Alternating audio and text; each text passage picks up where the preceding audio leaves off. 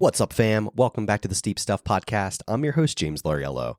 Guys, I'm so excited to bring you today's episode with none other than Mr. Garrett Corcoran. Garrett the Parrot joins us on the pod. Really fun, super exciting conversation. It was fun to catch up with Garrett and see what he's been up to. It's funny, it's actually our second conversation on the podcast. Our first one that we had done, we were unable to do for audio qualities, so we were able to come back on and redo it, and I really want to thank Garrett for doing that. Guys, for those of you who don't know, Garrett's been super popular on the Golden Trail Series scene over the last few years. Specifically last year, he went and raced the Golden Trail Series final, despite some setbacks around mid-season in August with some stitches in his knee. He was able to come back and have great races at Mammoth Trail Fest as well as Headlands, not to count out a super good race that he also had in Japan at Kobe Trail. Garrett is probably best known for some of his finishes in 2023, including actually 2022, where he did win JFK, as well as 2023, where he technically made two Worlds teams. My guy got fifth place at the vertical at Sunapee and qualified for the U.S. Uphill team, as well as first place at the Breakneck 42K, which got him on the marathon team, where he subsequently went on to go race the marathon at Innsbruck and Worlds and got himself a top 20 finish. Probably one of the most highly touted prospects. I know he is a goofy guy and doesn't.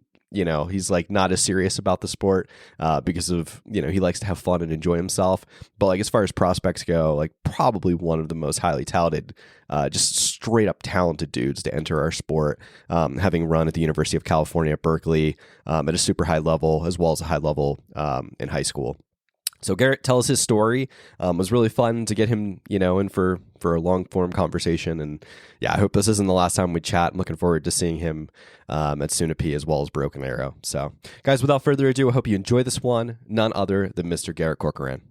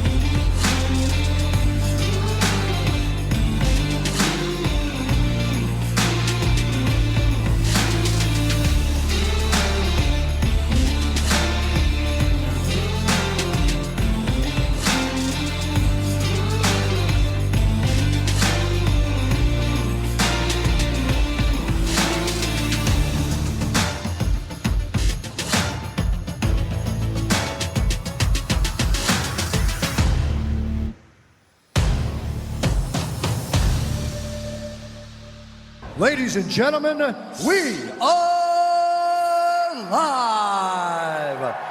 Listen up, guys. The Steep Stuff Podcast is brought to you by Ultimate Direction USA.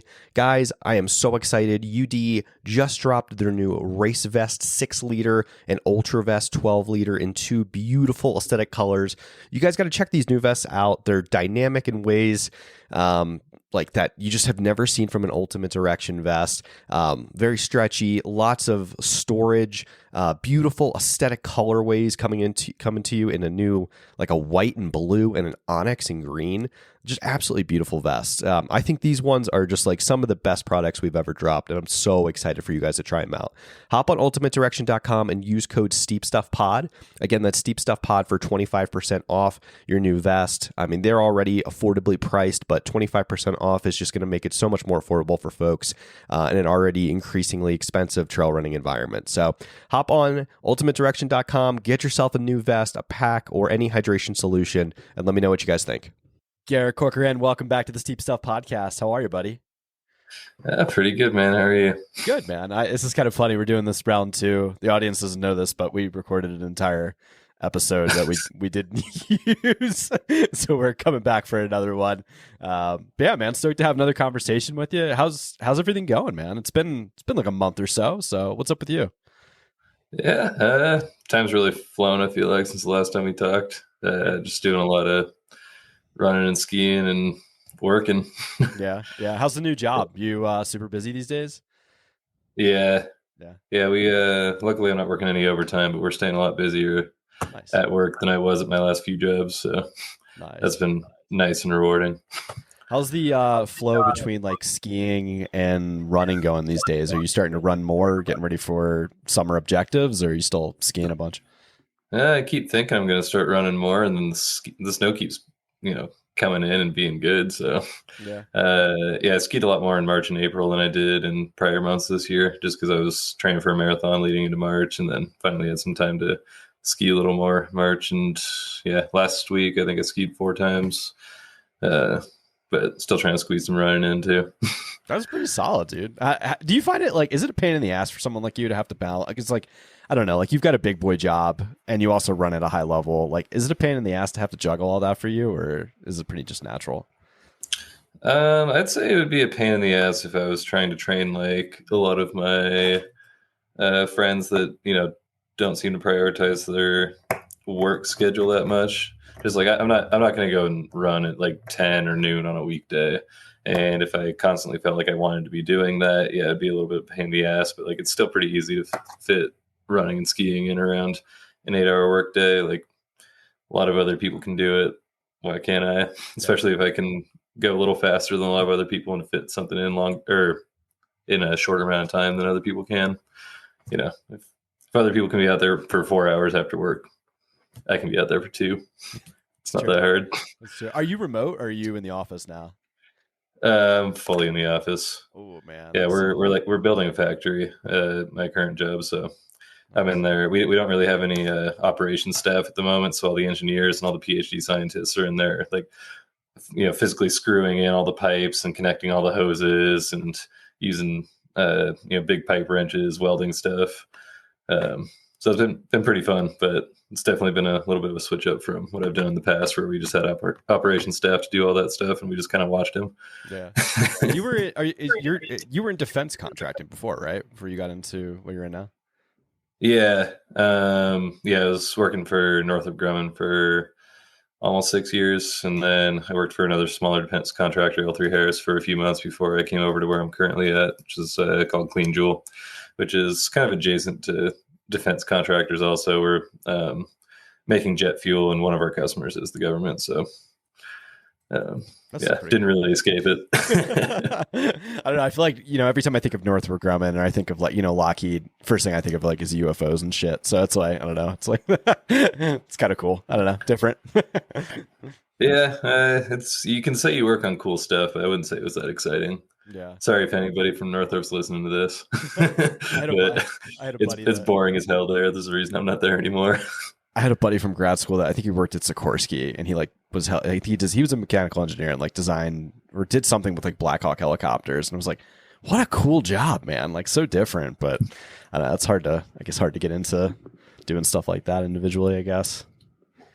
Yeah, definitely. It's I don't know. They put you in really narrow swim lanes, and when you're just focused on this one small little thing, you lose focus on the big project, and just gets really not that fun. You're constantly waiting on other people to get your work done. Yeah, fair enough. All right, man, let's talk running. I know a lot of the audience, especially in the sub ultra scene, like know who you are. I'd say the first and probably redundant question I'm going to ask you is like, where did the Parrot moniker come from? Like, let's dive into where Garrett the Parrot like originated. I guess that started when I was probably 3 or 4, like, not long after I learned to talk. My cousins all started making up names that rhymed with my own name. So for a while I was Garrett the Carrot, I was Garrett the Ferret, I was Garrett the Parrot. When I first made my Instagram, I was actually Garrett the Carrot, and I decided I was going to do like a new year, new me thing. The first new year that occurred after I made my Instagram, and decided to be Garrett the Parrot, and for some reason that one stuck. And while I was in college, I got also doubled down on the parrot thing, because I would just parrot everybody's little catchphrases or whatever jokes we were making around the team, and just run them into the ground. So the parrot name really stuck, and haven't really gotten rid of it. I like it, man. It's a fun one. I think we need more like catchy names in the scene. And I think Garrett the Parrot's it's a good little like I don't know. It's a catchy name, dude. I don't know. It's cool. So glad you like it. Let's talk running. I mean, obviously, dude, like your relationship with running is kind of crazy. Like you were, probably one of the most highly touted as far as like prospects going. You know, you ran for UC Berkeley and you had like a, you know, crazy cool career there. High school was probably pretty crazy for you as well. Maybe talk about like what it was like training at a high level and like running at a high level in high school and like the recruitment process going to Cal and like getting recruited to go D1 at a high level. Yeah, it's kind of funny looking back on that. Like running at a high level meant a lot different back then, or it meant something a lot different back then. I didn't spend nearly as much time running. You know, when you're 15, 16, 17, like most high school coaches don't want you to run too many miles, get burnt out, start getting injured, and then not be able to have a longer career. So my coach didn't really have me run more than 50 miles a week, and I was just running really fast all the time. Like I would go months without running a mile over 6 minutes. So the time I spent running was, you know, maybe 5 hours a week, which really wasn't much, but you know, it was high intensity. Yeah, I grew up in a really competitive running area, just with such a high population in Southern California. So constantly had chances to run fast when I was in high school. So I did end up running pretty quick. I had two guys in my immediate league that both also went. One went on to winning multiple D2 championships, Sidney Gabude, and another one went on to go run at the University of Oregon. He ran 401 in high school, Austin Tavagno. And before them, there were plenty of other fast guys that were always around to race, like almost every week, sometimes multiple times a week. So I feel like we all kind of rode the wave of each other's success and, you know, continued getting better because of that. And I feel like that was a benefit I had in high school that a lot of other people didn't. Like, I know you've talked about Dan Kurtz before. Yeah, he grew up in rural Maine and didn't get the chance to race people that often. But when he did go race, he would race really well. But he like didn't really get those chances until he was a little bit older. Whereas like I always had somebody faster than me to go race, like almost always. So yeah, that made it easy to, I guess, run fast enough to go to Berkeley, and yeah, had a fun career there. Feel like sometimes I didn't have as much fun as I probably should have, and took the running a little too seriously. But you know, found balance after a while. Dude, I got to ask you. So, like, your story is very interesting. Like, you pursue running at a very high level, like seriously high.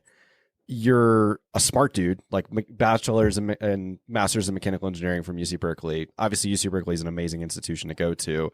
What were you, like an AP? What was it? Were you a National Merit Scholar as well, or something like that? I did did some research into you, dude. Like everything you pursue is at a very high level. Like, was that instilled to you like in your childhood? Was like mom and dad very like serious about academics and things like that? Because you're a bright dude. Like where does that come from, or is that personal for you?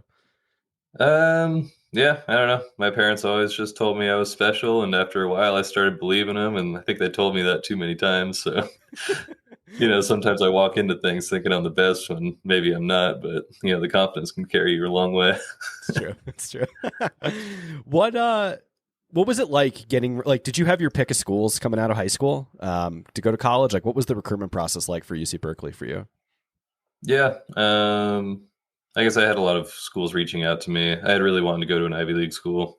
My dad caught wind of the fact that they don't give out athletic scholarships, and my parents' household income was a little bit too high for me to get any financial aid. So my dad personally emailed all the Ivy League coaches and told them I wasn't going to be going there without consulting me first, which hurt a little bit. It would have been cool to at least have gone on a visit to, I don't know. I was talking with the coach at Cornell and liked him, and I think that would have been fun to go on a visit there, or Princeton, or Columbia.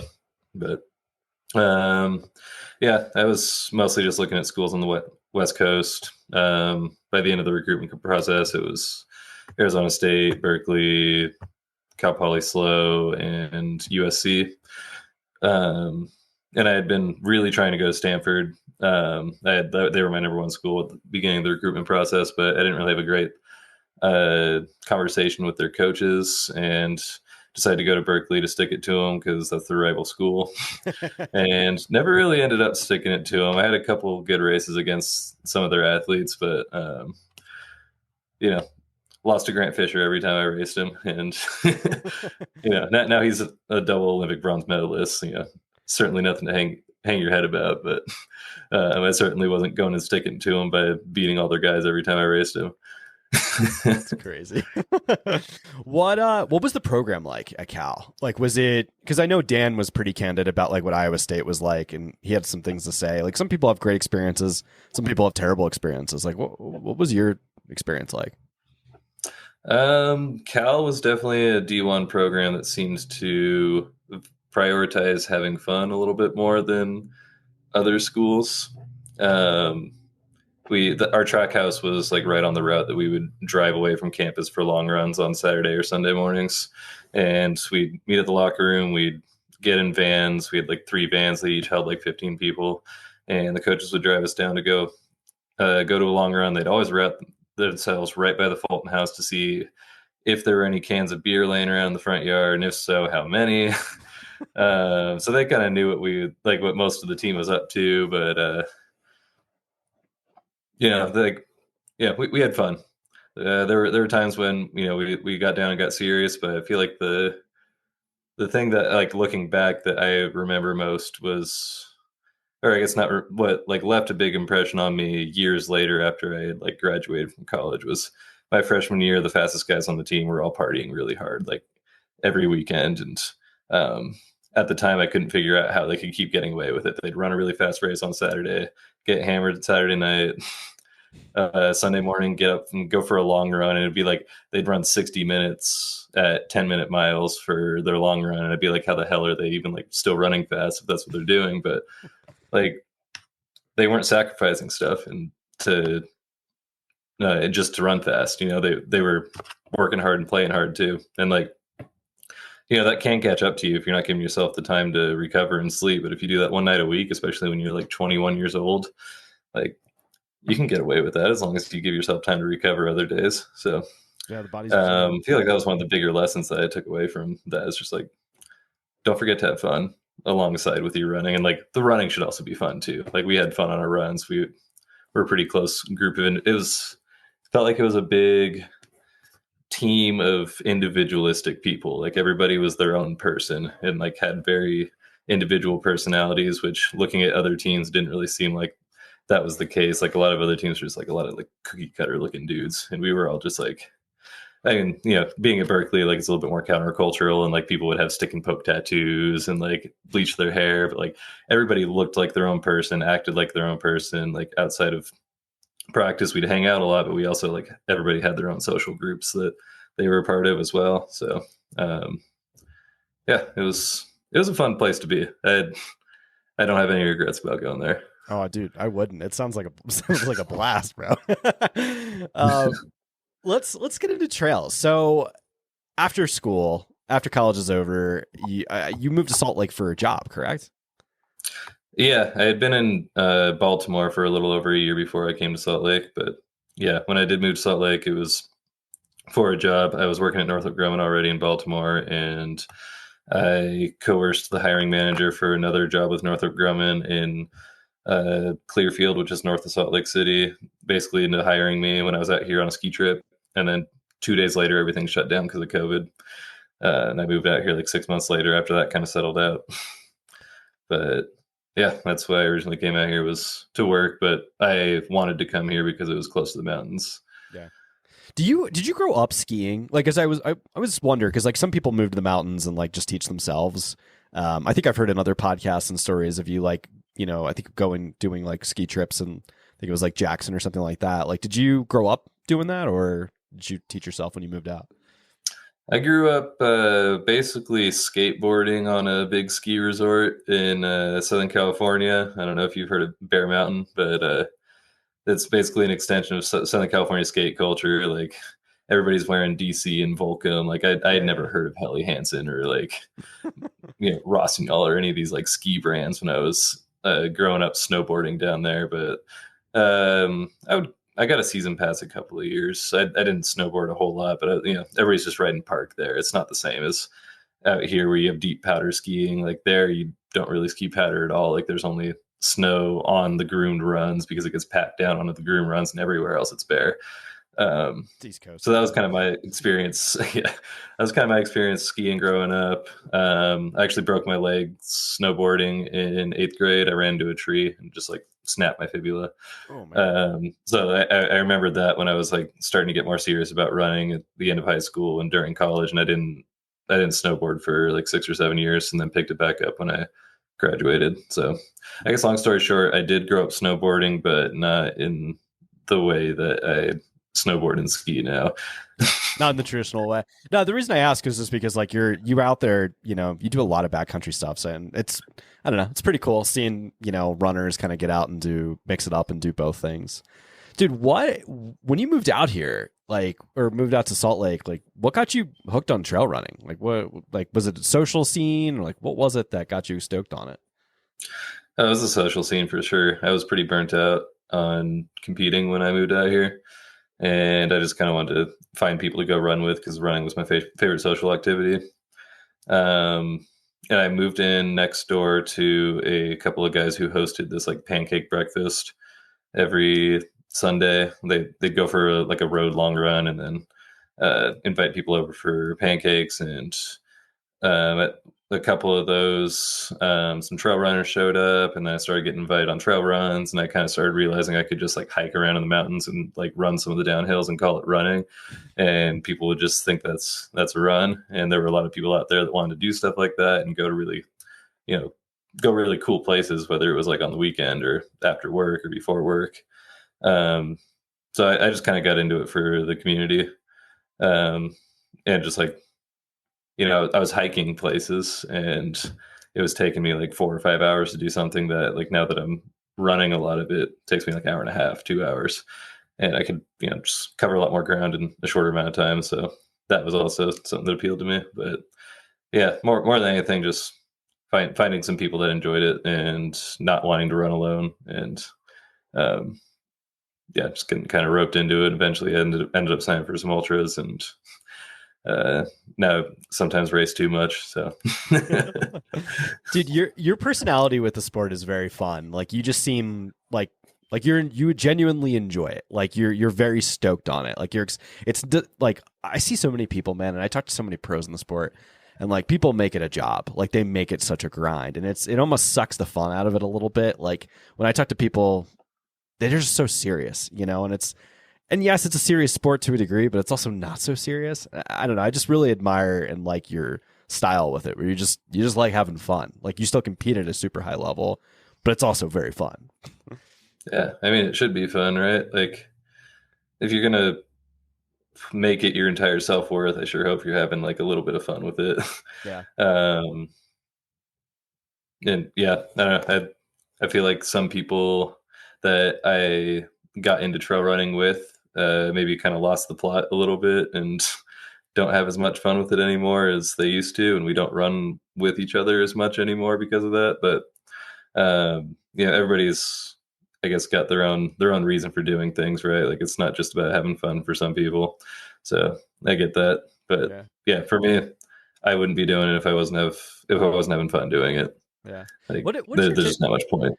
What's your take on this now? So, like, you came into the scene very early, like, what was it, like, within the last 4 years? So within the last 4 years in the Salt Lake scene, Finn started single track, Caleb signs with Nike, like, all of these athletes kind of explode on the scene, and like, what's your take on this? Like, is it just like, were these people always good, or are they just like, how long? I don't know. I'm just kind of getting your thoughts on like the Salt Lake scene and why and how it's exploded. Like, what is that? There's always been a lot of fast people here, just not all of them have always been pursuing contracts or racing and stuff like that. Like, there's so many people out here. You go on Strava segments around here, and like, there'll be so many people you've never heard of on these like top tens on like, pretty big climbs or descents, just because not everybody really wants to race. But like, there's a lot of fast people here, and like, it lends itself to developing fast mountain athletes just being in the Wasatch. We don't have a lot of terrain like this in the U.S., so it's a good training ground for people. But there were always fast people in the trail running group. There are always fast people in the road running groups that are around, and people come and go. Some people stop having fun with it and stop running at all. Like once they decide they don't want to run fast anymore. But yeah, I guess I met Caleb and Finn, both of them, like well before they had started their ventures. Finn started his podcast maybe a year after I moved here. And I remember thinking, like, especially after he'd started it, he quit his job like not that long after he had started the podcast. And I was like, what's he doing? Like, how's he going to make any money off of this? Like, are you kidding me? I don't know. I personally don't really listen to a lot of podcasts, so I didn't really listen to too many of the episodes early on, and like still don't listen to like that many episodes of his podcast now. And not because like I don't like him or anything, or I don't think his podcast is interesting. It's just not the kind of media that I typically consume. But yeah, it's been cool seeing what he's been able to do. Like, kind of against some odds at the beginning, because I didn't really see the vision when he was first starting it, but he clearly had a big vision and it's grown into something pretty big. And he's actually found the time to get pretty fit on the side of doing the podcast too, which has been pretty cool.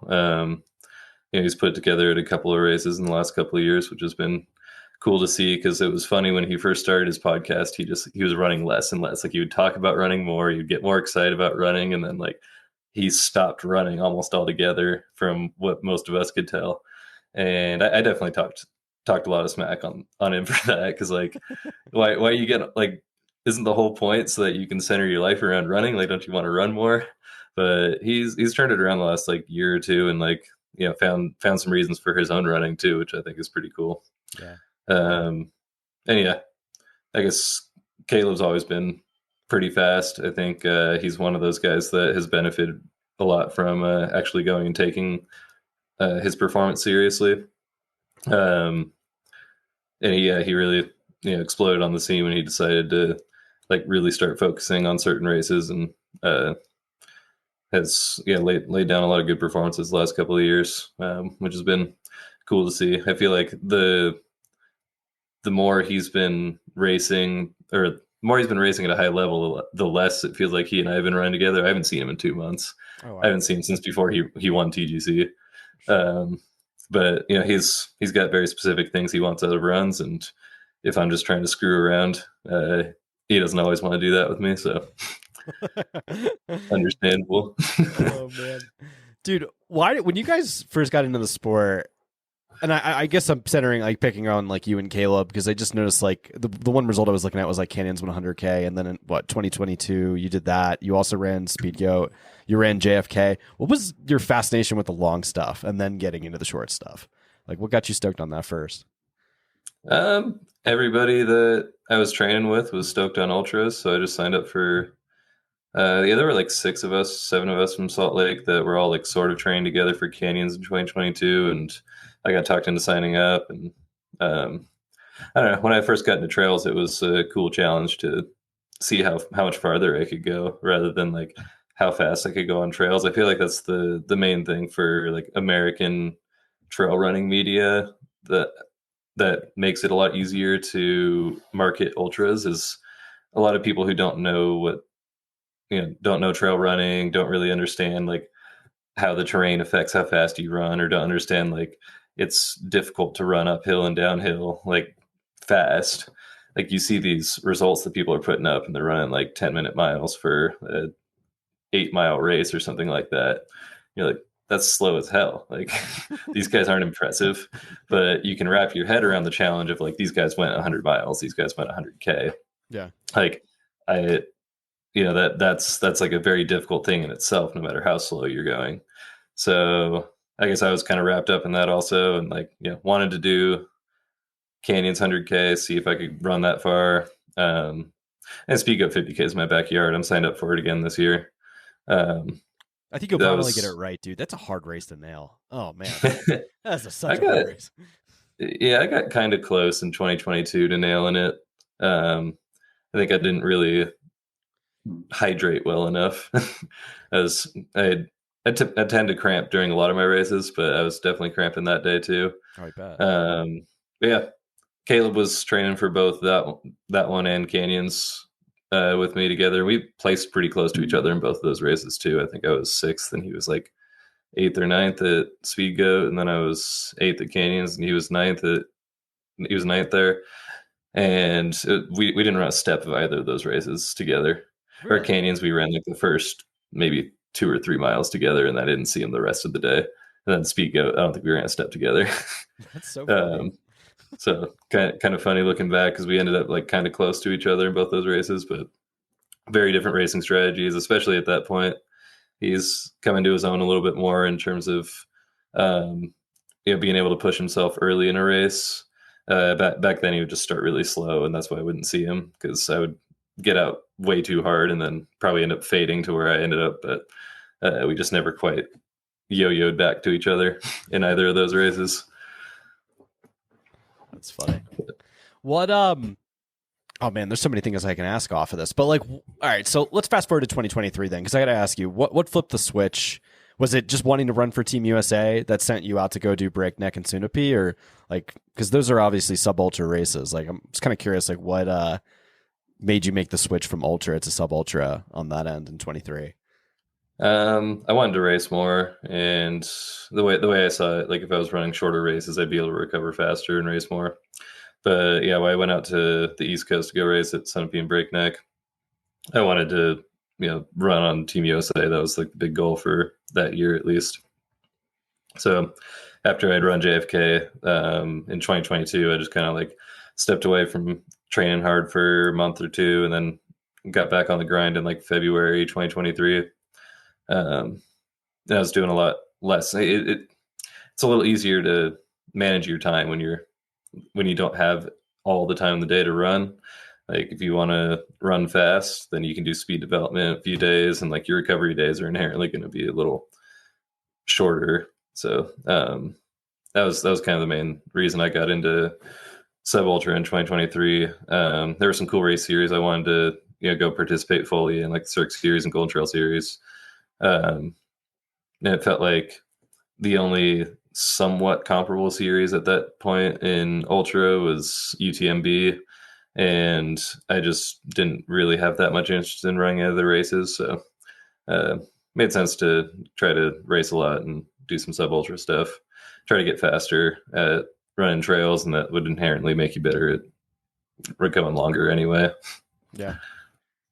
All right, so Sunapee and Breakneck, obviously you go and you smash both of them more or less. I mean, Sunapee vertical, would you get 5th? So you qualified for the VK, and then you go and win the marathon.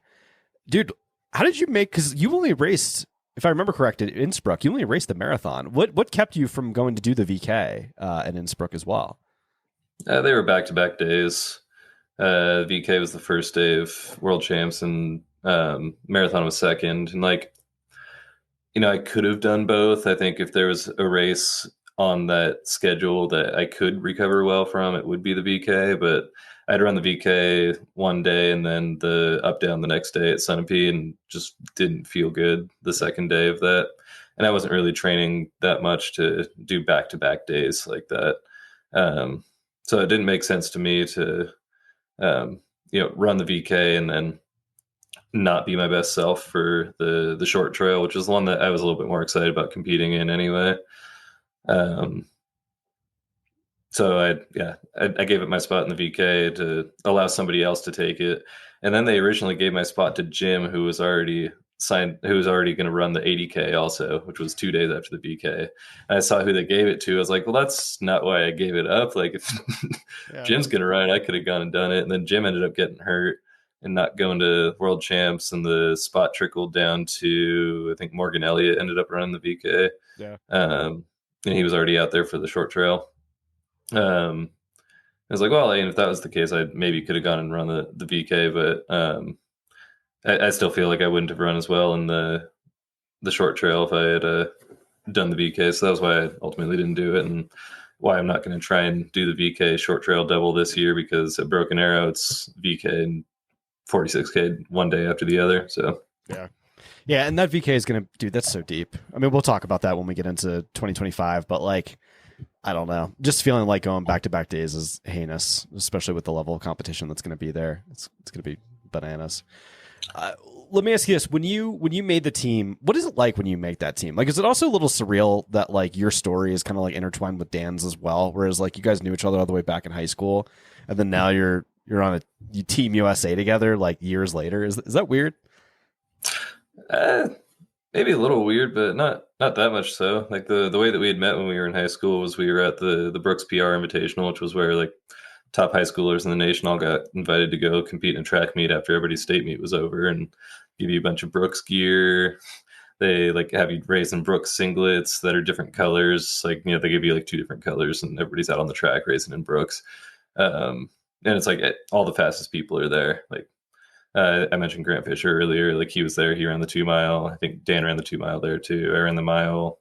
Connor Mance was in the mile. Like there were a lot of like the biggest names in the sport today were at that meet. So I guess it made sense that like if Dan and I were both going to get into trails, like we'd probably be there. End up in the same place. That makes sense. Yeah, but yeah, we were 2 of the only people. I think we were the only 2 people that were at that meet that year that ended up finding our way to the trails. So yeah. I guess it was kind of funny that we both ended up finding our way there in different ways. Let me ask you this: with now that you've made, I mean, here's the deal. Like you go to Innsbruck, you have a great finish. I mean, obviously, what are you, top American in the marathon distance? After that, though, now that you're gearing up for 2025 to try to go back to Worlds, do you put pressure on yourself to make that team again? A little bit. I'd not. There's an expectation on myself that I'd like to be there. Yeah. It's kind of what, like, when I was looking at goals for 2024, I was sitting there at the end of 2023, beginning of 2024, trying to think of what I wanted to focus on. And like the only thing that the main A goal race that I could really circle on the calendar was 2025 Worlds that year. So last year I was starting out the year without much of an aim, trying to figure out what I wanted to do for the year, but it was mostly just try to get ready to make the team and run well at Worlds in 2025. So yeah, I don't know. It's not like a big pressure thing though. Like I've already kind of considered the options. Like if I don't make the team, I'm just going to have that time blocked off for PTO anyway and go do something else cool, probably in the US, or maybe I'll just go out there anyway and like have a flight booked already. And if I don't make the team, I'll just, go run all day for like 12 hours a day and just bop around the Pyrenees. Yeah. Not a bad deal, dude. Yeah, and then get to watch people run. Tell Tom Hooper when they're racing. Just if I don't make it, like bring me as an alternate, just in case. That way you get a plane ticket booked and just hang out. I mean, like I would just be booking my own plane ticket beforehand and then hoping it would get reimbursed if / when I do make the team. Okay. But yeah, I mean, it's not the end of the world if I don't make the team. It would kind of suck not to achieve that goal, but at the end of the day, I've got a lot of other things going for me anyway. So yeah. What are you more excited for, Sunapee or going to Broken Arrow? Broken Arrow.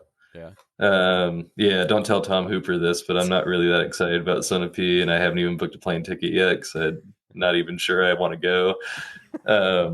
I was actually just looking at plane tickets a couple days ago, and I was trying to figure out how I could get over there without using any PTO. And it seems like the best way for me to do that is it's probably fly in Saturday morning, the race is on Sunday, and then fly back Sunday night. And that's just going to be a heinous travel weekend. Big time. But I haven't booked that flight yet. So, yeah, I think it'd be fun to be out there. It's just it's a lot of travel for something that's very close to my A goal race, which is Broken Arrow.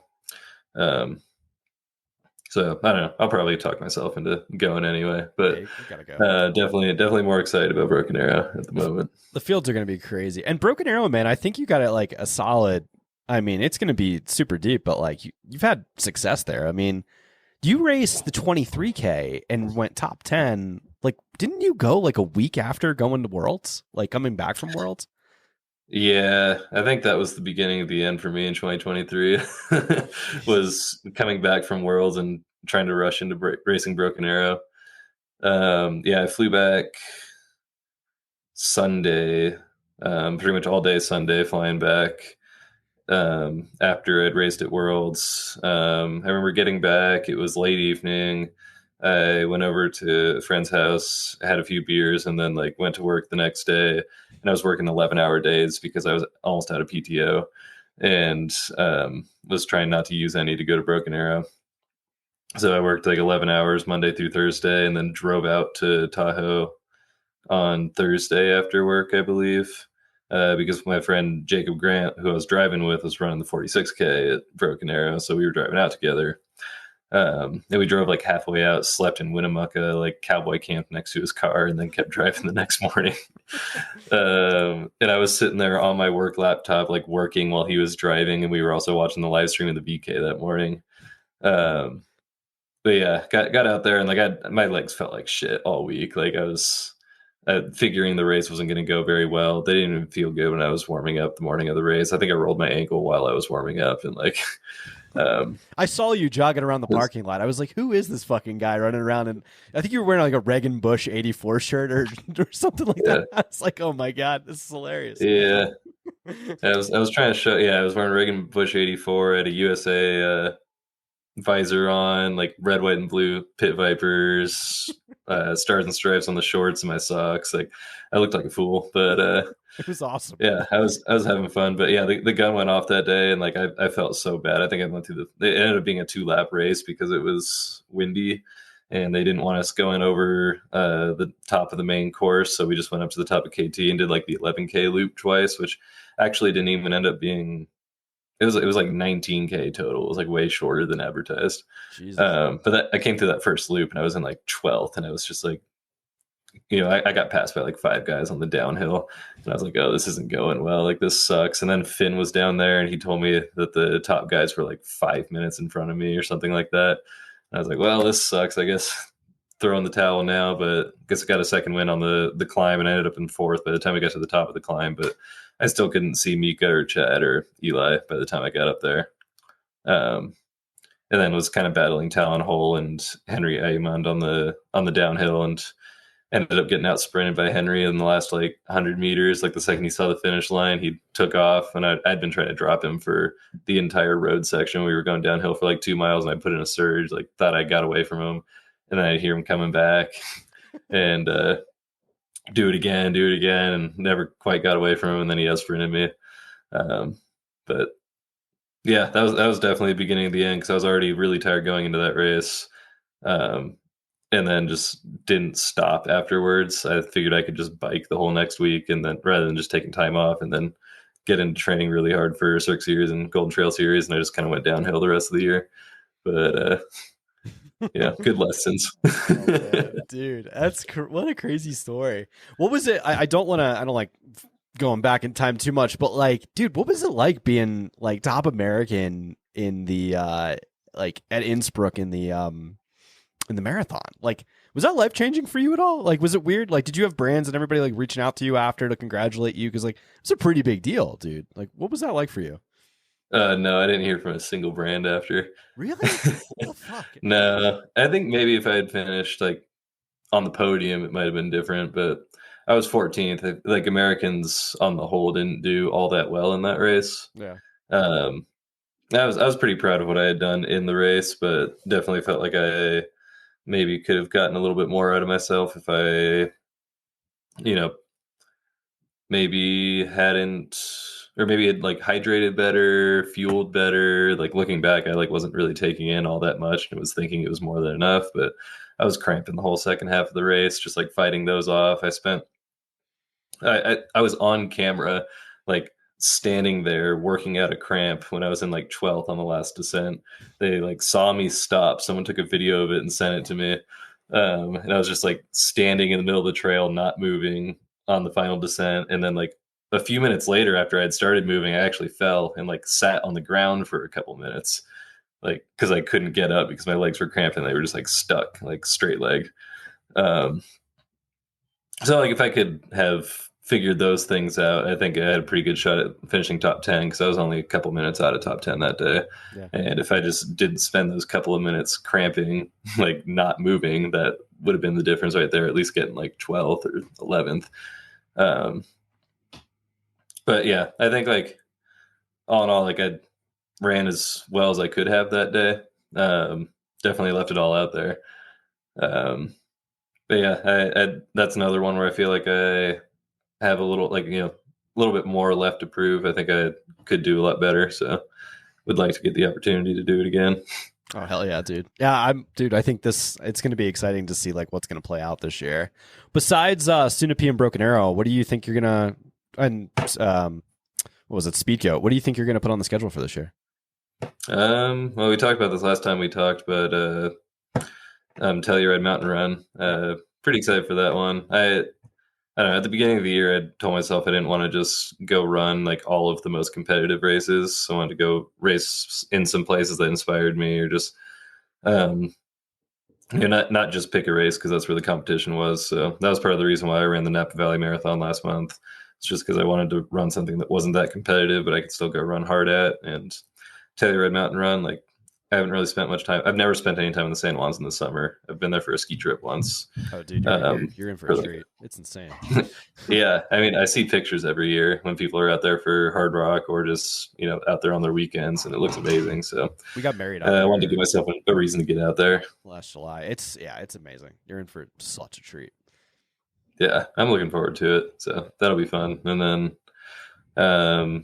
World Champs is the only thing that's for sure circled on the calendar after that. Nice, dude. That's a sweet little schedule, man. Like it's like perfect. Like you don't have to travel too like crazy far. Other than California's not too far away, but obviously Sunapee's on the other side of the country. But other than that, and Worlds. So this should be fun. It sounds like a good one, man. Yeah, I'm excited. I guess I'm also signed up for the Twisted Fork 30K, which is a week before Broken Arrow. You're gonna do and it? that one again. It's like it's a week before my A race, so I'm not really sure. But I mean, it would be fun to be out there as long as I don't totally kill myself trying to run really hard. I think could be a good last little long run tune up. It's not like it's a lot of vert. It should take less than 2 hours, and I've raced pretty well racing 2 hours one weekend and then racing something similar the next weekend. So yeah. I think I can manage it. I just have to be smart about it if I end up doing it. That's fair. Yeah, I have a couple buddies going out to do it. I'm like, man, I don't know. It's just like where it falls in the scheduling. Like, there's just no way like I could fit something like that in there for June, because we just like I'm doing all the Cirque Series races this summer, and then we'll probably be at Sunapee as well. So I'm just like, there's no way I could fit something like that in the schedule, especially being in Park City. But for you, it's right down the street, so it's kind of nice. Just to go over the exactly. That's the only reason Finn was able to talk me into signing up. Dude, I'm so curious because I'm guessing you self-coach yourself. Like, what does your training look like, man? Like, especially for sub-ultra races. Like, do you still hit the track for speed workouts? Or, like, no, do you just play in the mountains? Like, what do you do? That answer's varied a lot over the last few years. 2022, I hardly ran any like intense workouts at all. Like, especially if I was training for 100K, like just go spend a lot of time on your feet. Train for like a mountainous 50K, just get a lot of vert in, spend a lot of time on your feet. I was doing more marathon training for JFK that year, and I was running with some more serious marathoners in Salt Lake who, like, one of them went on to run 217 not too long after that, which was kind of validating for me, getting dropped by him the whole time I was running or training for JFK. I would run a few miles before we started our workouts or our long runs, just like do a little bit more volume than him, but wasn't really keeping up in a lot of the workouts. But 2023, I was doing a lot, like I was trying to work out a couple times a week, or like work out once a week and then race once a week, and just kind of like digging myself deeper in a hole all the time. And I think the balance I found towards the end of last year was, run hard when, or put in a hard effort when I'm like able to, but don't force it. So since I ran Napa Valley Marathon a little over a month ago, I haven't run any workouts, just been trying to build up volume, and I'll do some more intense efforts before Broken Arrow, but I'm in no rush. Like, I've kind of realized, especially this year, like I had to go back to the marathon that I ran. Like, I really only had like a good 4 weeks leading into that where I was like actually motivated to run workouts.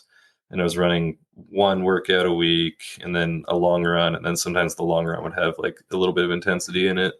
But like, I had 4 weeks that were over 80 miles. I wasn't even running over 10 hours those weeks. And like wasn't skiing as much as I normally would during the winter, but just kind of stumbled into fitness and ended up running 2:15. And just a good reminder to like, I don't need to put in a bunch of volume, put in a bunch of intensity, like put in all this work months out and then get fit too early for a race. So yeah, right now I'm just trying to make sure I stay backed off and not overdo it, because I definitely have a tendency to do that. Just put too much work in and then go into the race tired. So yeah, smart, dude. I mean, you far exceeded your own expectations for the marathon too. Like 2:15 is smoking fast. Like, what was your expectation for it? I remember you telling me, and it was like way off of what you actually ran, which is crazy.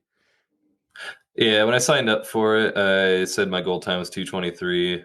I remember they would have given you a free entry if you had run under 2:27 before, and I haven't run before that I hadn't run under 2:27 for a marathon, so I didn't try and like spin my trail results to be like, hey, you should give me a free entry. I was just like, I'll just pay for this.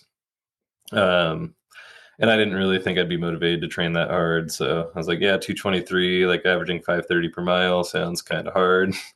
I'll just put that as my goal time. And then I was training at about that pace for most of my like training leading into that. One of my key workouts, I think I averaged like 5:25 per mile for 3x3 mile, and like felt strong doing that, but I didn't really feel like I could have gone any faster. But yeah, 2 weeks out from the marathon, I had skied a 10,000 foot day on Saturday, and then on Sunday I was getting out to ski with a friend, and we were going to go ski pretty much all day. And then we got to the top of our first run. I noticed I didn't have my probe with me, so we just turned around and skied back because I had lost my probe the day before. And actually, his girlfriend ended up finding it in the place where we were skiing a few days later, so I didn't have to buy a new one, which was pretty cool. But I got home and it was like 8:30 in the morning. I was like, well, I guess I'll go for a long run now, and ended up running 20 miles where like I didn't start that fast, but I did a few like hard miles in the middle of it, and finished out just like continuing to run like 5:45s, and I averaged like 5:50 per mile for 20 miles and like felt really good during it. And this was 2 weeks out from the marathon. I was like, oh, maybe I can run a little faster than I thought. Bought some super shoes, and I think those made a big difference too. But even the morning of the race, I said, best case, I told my girlfriend, best case scenario, I run 2:17 when she was trying to figure out when to be at the finish line. I was standing on the start line. I had like a half-liter soft flask in one hand, and I was wearing a belt with a few gels and like another half-liter soft flask just sitting in the belt, like bouncing around. And the guys that were standing on the front of the line were kind of looking at me like, what's this guy's deal? This guy's such a trail move. Yeah, so yeah, I carried a liter of water from the start, or a liter of I guess drink mix from the start. I had like 90 grams of carbs in each bottle. And like, you know, most road marathoners wouldn't do that. Like I was talking with a friend that was running the half the night before, and she was like, you're just going to carry that the whole way? Like, have you done that running fast before? And I was like, yeah, like every like hard training run I did, I would carry a bottle. Like that way I'd keep myself fueled during the run. It's not like it's an extra pound about to like for each half liter. It's like really not that much weight, especially for me. Like I haven't weighed myself in a long time, but I'm probably around 170 pounds. So like, what's 2 extra pounds? Yeah. But yeah, I guess, yeah, ended up exceeding the expectations, and ended up feeling pretty good that day. But recovery was a little rough. I was walking kind of funny for a few days. Did you have fun in California too after, or? Yeah, well, I flew back that night. The race was on a Sunday, and I had to be at work on Monday.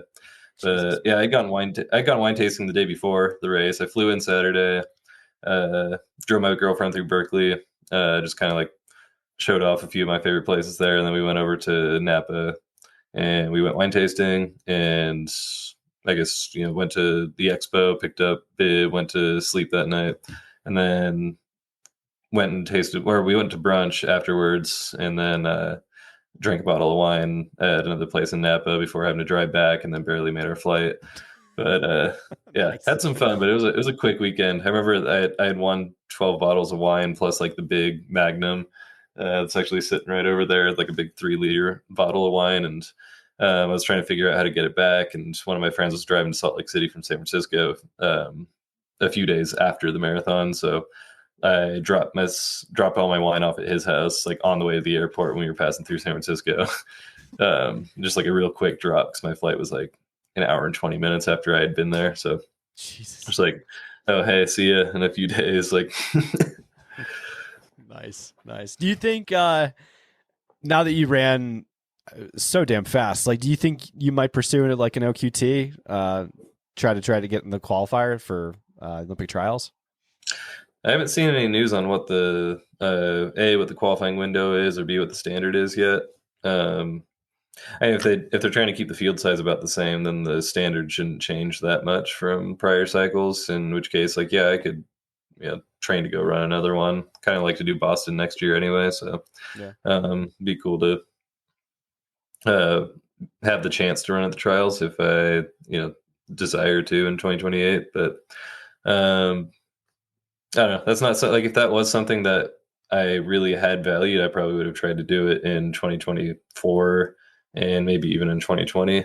But maybe my values will be a little different for the 2028 cycle, especially now that I've gone and run faster than the Olympic trials qualifying time from past cycles. Like, as long as it's not too much faster, it doesn't seem unattainable. Definitely could be a goal. But I mean, if they make the standard like 210 or something like that, and they want to keep the field size really small, then it'll start seeming a little unattainable. It's like, I could go try and run fast, but I'm not going to expect myself to. Yeah. Dude, 210 is so fast. Jesus Christ. Yeah, dude. And the other thing too is like, it's got to get you stoked. It's like, I don't know, different people are different. Like for me, I just really enjoy being, I don't know, something about killing yourself up a mountain and throwing yourself off of it is really fun. But like trying to run really hard, really fast on a track is like, you got to be inspired for it, or on the road. I don't know. It's like a different vibe, different want, Yeah. You end up in a lot more beautiful places in the training with trails. Yeah. Like it just doesn't feel like training that often because you're just like, oh, I'm running up a mountain. Like, got to get back down. I get to get up to the top and see these incredible views. I get to go through really cool terrain on the way there. Train on the roads and the track. Like, I guess I'll be talking shit a little bit here, but like everybody that I know that's still pursuing the road and track life, like, their Stravas are so boring and they're always doing the same loops. And like a lot of their long runs are like 4-mile loops repeated 6 times. Yeah. Like running on the track, you just run in a circle around the same place. Like it isn't as fun. No, and like people still find joy out of it, but like it inherently isn't as fun as like hiking around on the trails and then running downhill. Dude, it's funny you say that. Like I'm on a speed block now, just like a quick 4 or 5 week speed block, and I did a track workout on Saturday, and it's like right at the base of Pikes Peak at Manitou Springs, and you like look up and every time I was like 12 miles of just like running in a freaking oval. It was driving me crazy, but like you look up and you see the peak, and it's like, all right, this is why you do it, is to get fast and fit for something like that. Like it makes sense, but like, man, I don't know how like people like run on the track like full time or all the time, because it does. It's pretty rough. Yeah, I mean, I used to do it. Like I understand the life to an extent, but you have to enjoy the competition, and you have to enjoy the little minimal improvements you make, and like enjoy running 2 seconds faster in the 5K, or like beating somebody you haven't before in some distance that you haven't beaten them before. Like you just find joy in slightly different things, and like people find joy in those things in the trails too, but there's also just, it's a lot easier to find joy in all of it when you're in these beautiful places all the time. Yeah, dude. So being a sub 4 minute miler, do you ever like, is that a little weird for you? Like, cause that's so fucking fast. Like that's on another level of speed. Do you like, I know in the trail world, we hold that metric to such a high extent. Like when people introduce you, they'll be like, you and Matt Daniels and people like that, oh, sub 4 minute miler. But do you like, does it ever like register in your head? Like, oh yeah, that's insanely fast. Like, what is that? What does that feel like to you? It felt a lot more insanely fast when I did it than it does now. Yeah. I feel like,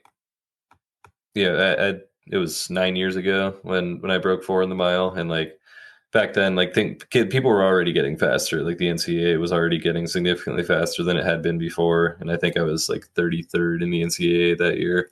So like, already there's like 32 guys that are faster than me just in that like small, not really small, but in that group of competition, like not including all the pros that are post collegiate or like never were in the collegiate system. So like it was fast. It's this barrier that everybody holds in this high regard and like seemed impossible for a long time before Audrey Bannister did it. And like it was really fast. And I was like, that was one of the happier moments of my life was after I had broken 4. I remember like I ran an 800 45 minutes later and like won the slow heat at our conference championships. And like, was cooling down after that, just like, on a high. Like it was so cool, but I feel like it kind of fades as like time goes on and like you kind of start seeing all these other people also doing it that you're like, or like running faster than I had run. And it's like, oh, like I didn't even think this guy was that fast. And now he's running, 357 or something. Like, 359 doesn't really seem all that impressive anymore. So I feel like, as time goes on, you're just like not going to be quite as impressed by your own achievements. But like, yeah, that's a fun. I still leave that on my resume for like professional jobs. Like I would. Yeah, sub 4 in the mile. Just like it's a talking point. Like I got my first full-time job I got because I put that on my resume. Like the internship I worked at Northrop Grumman, the hiring manager saw that on my resume and only wanted to interview me because he wanted to talk about track. He didn't ask me like a single technical question, then just like gave me the internship and then I got a job because of that. So definitely a cool talking point. Well, it's just crazy. Like, to me, it's kind of crazy too, because it's like outside of like our crazy sport, like it's just rarefied air. Outside of the sport, you will never meet another person that's ever done that other than people that have, in running in general. Like it's just meaning like it's 1% of the 1% of the 1%, very few. So yeah, I would leave it on the resume too, because it's a good talking point. Yeah. Dude, as we wind down, I do want to get back into Golden Trail Series. I know in our last pod we kind of got into it, and this time around we didn't really get too much into it. Last season, obviously, you raced a bunch. Obviously had a great finish at Mammoth. You were at Tatra, but kind of. You like ripped your leg, didn't you? Like cut yourself or something just before that? Mountain biking? Yeah. Beginning of August, it was like 8 days out from Sierras and all, which was like, that was my big goal race last year. Like that was the one that I really wanted to train for and do well at, was Sierras and all. And it was 8 days out. I was going for a mountain bike ride. I was like, all right, I'm doing a good thing here. I'm not gonna run today. I'm not gonna like push myself too hard. I'm just gonna go for a fun mountain bike ride with my buddy. And it was actually like on the course for the 30K at Twisted Fork. We were on the Flying Dog Trail, and it was like right at the top of the descent. I just like rode off the trail. And like kind of took a tumble, ended up in a bush, and like stood up, and nothing really hurt. And then I looked down at my knee, and I could just see my entire kneecap. Oh. So I got 12 stitches on my knee, and wasn't able to run Sierras and all. But I had just quit my job, so I could go out to Europe for a whole month and like race Sierras and all, race Tatra, and then just like do whatever I felt like for another 2 weeks. So I went out anyway, and like it was probably the most painful plane ride I'll ever be on. Was sitting there like having to take a little bit of Advil like every 4 hours because my knee was throbbing so bad, and I like couldn't bend my knee, so I couldn't get into my original seat. So they put me at the front of the bulkhead so I could like stretch my knee out, and I had my own row, which was really nice. Grateful I was able to do that. But yeah, I was out there and like didn't race Sierras and all. Handed bottles to people instead, and like almost missed that because they closed the road for the race, because the race starts like it crosses over the road right at the beginning, and so they closed the road for like an hour, and they've got multiple waves of this race like a major marathon. So I got stuck behind the closure, and I wasn't able to get up to Shondaland where we were handing out bottles until like Killian ran by as I was getting up there. And I was up there to hand out Noah Williams and Kieran Nay's bottles. And like I had to text them before the race started, like, hey, I might not be there. I'm really sorry. Because I had like dropped them off at the start line, and then like they were expecting me to have their bottles up there. But ended up getting there, got them their bottles. The following weekend at Tatra, I was hopeful I'd be able to race. I cut my own stitches out of my knee because none of the doctors there were gonna, like, all the doctor's offices were closed for a national holiday and they just wouldn't do it for me. And like nobody had scissors. I had to like walk around to so many different pharmacies before I finally found some scissors to cut them with. But yeah, I wasn't gonna be able to race that day. I remember like limping over to the like 11K aid station where they ended up stopping the women because the storm was raging too hard and they didn't want people going up to the ridge. And like thinking like, yeah, there's no way I'd be able to be racing right now. I was like running 7-minute miles on like the flat, and like that was about as fast as I could go.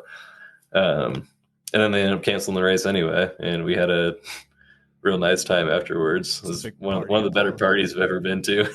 I think partially because everybody was so pent up, like people were ready to race, and then just like, you know, didn't get really tired during the day, so they had all this energy to get out at the party afterwards. They had like an outdoor DJ. It was raining while we were just like in the mud, like dancing around to like all your favorite songs from like 2008, 2010. We were like passing around this like lemon vodka we had gotten at dinner, and like Elazine was out there like dancing in the middle of the circle and like taking a little pull from the lemon vodka. It was a fun time. That's hilarious, dude. Elazine parties. I didn't realize that. That's hilarious. A little bit. You gotta coax him into it. He's methodical about it, but yeah, he doesn't just not come out to the party. He at least shows up, and he'll be in his like, you know, traditional Moroccan garb, and like we'll dance for a little while. Does he speak English? Like, will he have a conversation? Yeah, he speaks 8 languages. What? Oh my god! Yeah, this guy's interesting. Yeah, I know a decent amount about him because he loves trying to hang out with the Americans at all these Golden Trail races. So like I've been in like, you know, multiple hour conversations with him. Really? But yeah, he speaks 8 languages. Like French is probably his best language, or yeah, French probably is his best language, I think, is what he was telling us. But he speaks English. I think he speaks Spanish. I think he said he spoke a little bit of Swahili. Interesting. But yeah, he started listing them all out, and I forgot most of them. But that's great. Is he full time in Morocco, or is he like half time in Morocco, half time in Europe? Or like, how does he?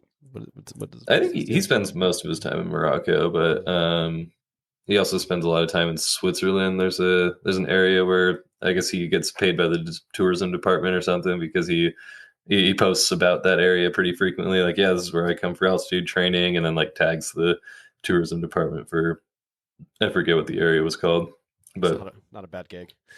Yep, that's what happens when you're fast like that. That's right. Right. Yeah, dude's on another level. Holy shit. What I mean, so what I was trying to get at with getting you to tell the story was like this story of almost like redemption, because you came back and then absolutely smashed it at Mammoth. Maybe talk about like that race and how it unfolded for you, and came out pretty good. Yeah, I think the race I had at Mammoth was, you know, a result of actually having taken some rest time when I split my knee open. I was probably training too hard before that. I definitely was, like looking back. Like you were asking about if I do speed sessions or not, and like I was doing flat speed sessions leading into Sierra Sinal, and then also trying to do a bunch of vert.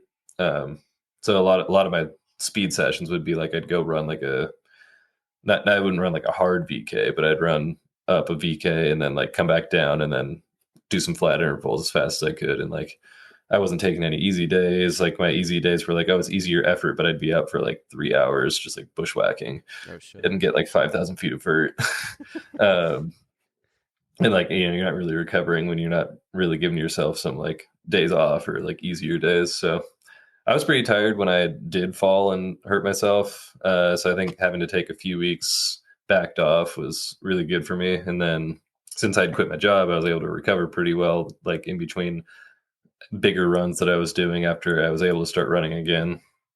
You know, I was able to sleep more and not stress out as much. Not that I was really stressing that much at work, but it's just stressful getting yourself to and from like a, you know, big boy corporate job sometimes. And yeah, went and raced Headlands, and like it didn't go super well, but it went well enough. I was 15th there, and like yeah, at that point I was looking at like trying to get into the Golden Trail World Series final, and I figured if I finished 15th in 3 races, that would be enough to get me there. And I finished 15th in Japan, and then I finished 15th at Headlands. So I was like, okay, like, reasonable to assume I could probably finish 15th in Mammoth.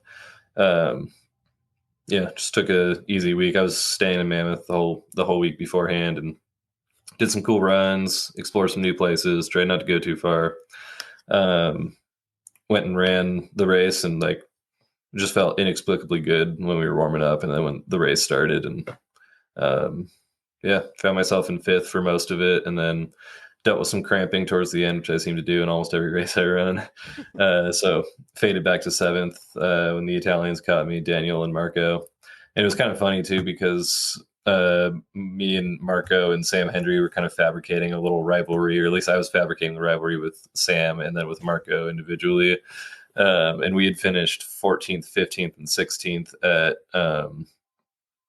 at Headlands the week before Mammoth, and Sam was 14th, I was 15th, Marco was 16th, and then as I'm getting close to the end of the race at Mammoth, like Daniel passes me, and then I hear this guy just like grunting behind me. It's like I hear him. He's clearly going to pass me because he's like running me down. Like the grunts are getting closer and closer. But I turn when he gets next to me, and it's Marco. And I was like, "Damn, you're flying, dude!" Gave him a high five, and then like tried to latch on when he went by me, but I like wasn't really able to bend my legs because I was cramping. I was just kind of like running straight leg the rest of the way. But yeah, it was really cool to finish. He finished 6th, I finished 7th. It was really cool to finish that close to each other. Like we were about 40 seconds apart in both races, which was pretty funny.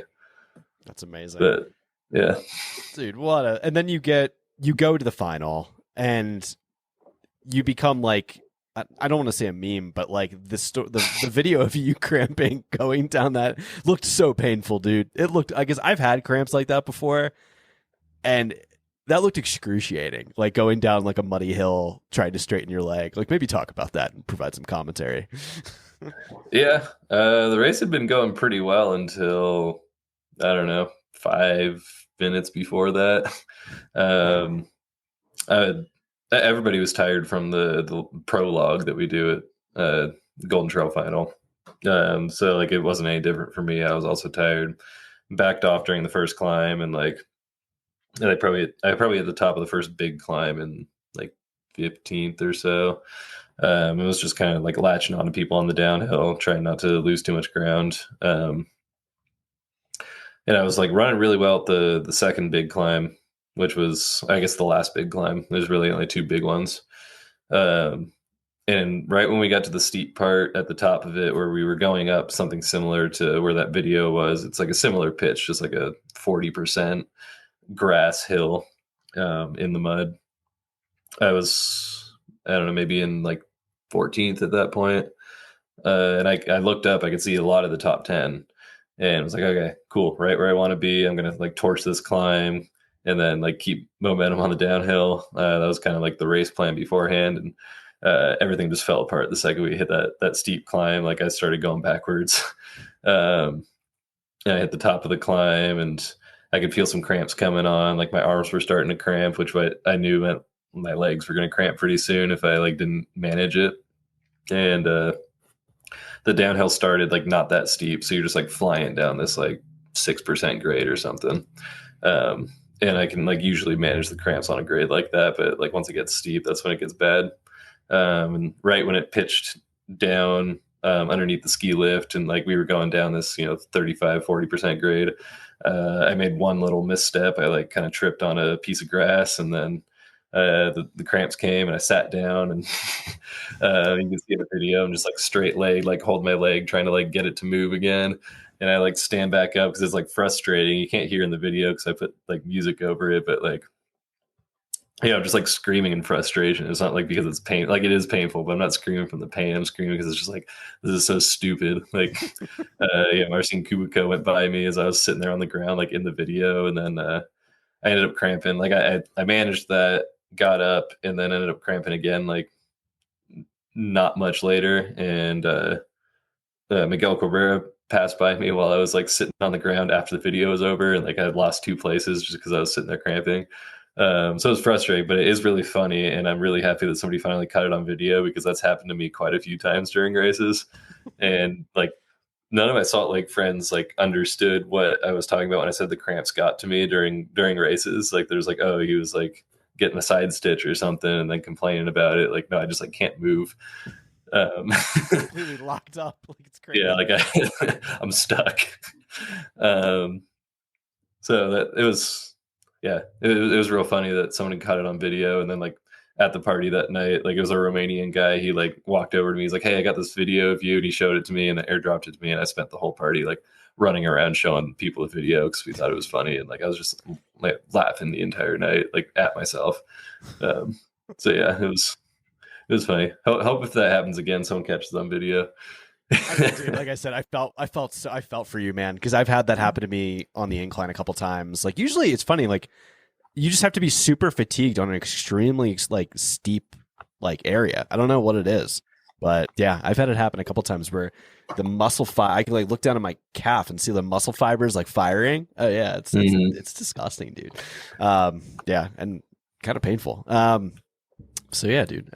Let's transition. I'm gonna start getting into some like closing comments. I'm very curious to see who inspires you. Yeah. Trying to remember. Last time I told you, I guess my answer is, yeah, it's still gonna be the same. Just in like the trail running world, at least like in my immediate community in Salt Lake City, like I feel like Rachel Drake is probably one of the more inspiring people around here. Like she she's in residency, she's a full-time mom, and also really fast across really any distance she decides to run. Like, she's one of those people that kind of proves that you don't need to spend, 30 hours a week training to be fast. Like, just do what you can in the time that you have, and you can be really good at all these things. Like, she's in one of the hardest professions, and in the hardest part of like learning to do that hard profession, and is also an incredible mom and like runs at a high level. Like, yeah, really does it all, and always with a smile on her face. Like, she's maybe the most positive person I know. Such a nice human. Like, she's so. I got to meet her at Cirque Series Alta this past year and talked to her for a couple minutes, and I was just like blown away. Just like sincerity and super kind. Yeah. Tyler is also her husband. Like, they're both incredibly nice people, and like also Tyler also very inspiring, but he doesn't have the residency aspect, so that's why Rachel takes the cake in that comparison, I guess. That's fair. Now, I think it's a great selection. And sorry for the redundant question. I got one more redundant question for you. What's your walkout song? What are you listening to before a hard effort or like a workout or something? Ooh, that's constantly changing. I feel like I might be different. I gave you last time you asked me. I think I said it was like a surf rock song. Yeah. I don't know. I was during the marathon build that I was doing. It was actually a lot of like Naked and Famous and like Grimes that I was listening to if I was like training by myself and I decided to wear headphones. I like don't usually listen to music while I'm running, but there were a couple of times where I decided to throw some headphones on and like would just throw on like a Naked and Famous album and then like a Grimes album and like just kind of space out. It was not like a main character, like I'm super badass kind of moment, but just like it helps me focus on like what I'm doing at the moment. But if I had to pick like a walkout song that I want everybody else to hear, I don't know. I think last time I told you Six Pack and Cigarettes by Alex Sucks was my walkout song. Just like that's what I listened to hype myself up before I ran the Golden Trail Final. There's just like it's a fun song. Like it comes back on in my head in the middle of a race, like get a smile on my face and like start having fun again if I wasn't. So that's kind of what I'm looking for more so than like getting hyped up, especially for a trail race. Like even the sub ultra stuff, like it's usually a 2-hour race. Like you got a long time to build up some adrenaline during the race. You don't need to be all amped up on the start line. It's true. Nah, that's a good point. Are you a big sports guy? You follow any other sports? Yeah, a little bit. If you're gonna ask about the NCAA tournament, I did not watch any of March Madness this year. I think this is the first time I haven't watched any basketball. Oh, really? My wife's like super into it. I watched a lot of it, more than I probably wanted to, but it wasn't too bad. Yeah. But like baseball, basketball, football, any of that stuff, or nah? Yeah, I watch sometimes, but I don't follow super closely. I don't like religiously follow a team. Wouldn't say I have a team, but we followed it a lot more when I actually played those sports. Yeah, it's true. Fair enough. All right, dude. Last question. Pretty sure last time I asked you about the aliens with Northrop Grumman. I don't know. That's immediately what I think of. Do you believe in aliens, bro? Like, what's your take on that? Oh yeah, infinite universe. There's got to be something out there. Okay. And it's not necessarily like they're like a. Yeah, I mean, not necessarily they're higher intelligence than us, but there's got to be some sort of life out there. And yeah, of course, like don't tell anybody this, but. We have aliens at the Northrop Grumman site, and Roy, that I'm letting out a lot of secrets right now, so I could probably get killed if you let people know about this. But I'm boys with the aliens. Like we dap each other up every time I went into the office. They're a little sad that I'm not there anymore because they're kind of stuck in the little closed area. But yeah, my boy Steve the alien, he's a real one. Oh man, dude, Garrett, thank you so much for coming on the podcast, dude. Actually, thanks for coming on the podcast twice. We'll probably do this again at some point. Obviously not the same conversation, but we'll have you on for pre-race interviews for soon to be in Broken Arrow. But I appreciate it, man. Thank you so much. All right, thanks for having me. Yeah, bro. Thanks. What'd you guys think? Oh man, what a fun episode. Want to thank Garrett so much for coming on the podcast. You know what, man, I just really appreciate the way he looks at the sport. And just he just likes to have fun, man. He wants to enjoy it. It's not, not take it as super serious as some people do, and still operates at an extremely high level. Is an extremely talented human, as far as, the running scene goes. So I really want to thank Garrett for coming on. Inspiring guy, and excited for what his future holds. Wouldn't be surprised to see him back on the world's team racing in the Pyrenees this year. It would be pretty fun to see him back there. So guys, before you get going, hop on Instagram. You can find Garrett on Instagram at Garrett the Parrot 96. I almost said 69. That would have been too funny. But yeah, Garrett the Parrot 96. Give him a follow. Send him some DMs. Let him know what you thought about the episode, and send him some words of encouragement. He's got some big races coming up in June, both at Sunapee and Broken Arrow. But yeah, I think that's all I got for you guys today. If you enjoyed this episode, please give us a 5-star rating and review on wherever you guys consume your podcast, whether that be Spotify, Apple, or YouTube. And yeah, last but not least, some cool stuff coming out of the pike from Ultimate Direction. This episode and the podcast is actually brought to you by Ultimate Direction. Use code SteepStuffPod for 25% off. Some good stuff coming out. Like I said, the official, I just got official word that the official unveiling of the race and ultra vest that I've been talking about for the last 2 months and probably shouldn't have, is going to be dropping fully on the site this upcoming week or over the next 2 weeks. Use code SteepStuffPod. Like I said, they come out in 2 beautiful colorways. This like really aesthetic white and this like onyx and green, which are 2 beautiful colors. They're stretchy. They're very dynamic. They're just completely different vests than anything we have made before. So just really excited for the world to see those. I think Ultimate Direction really nailed it.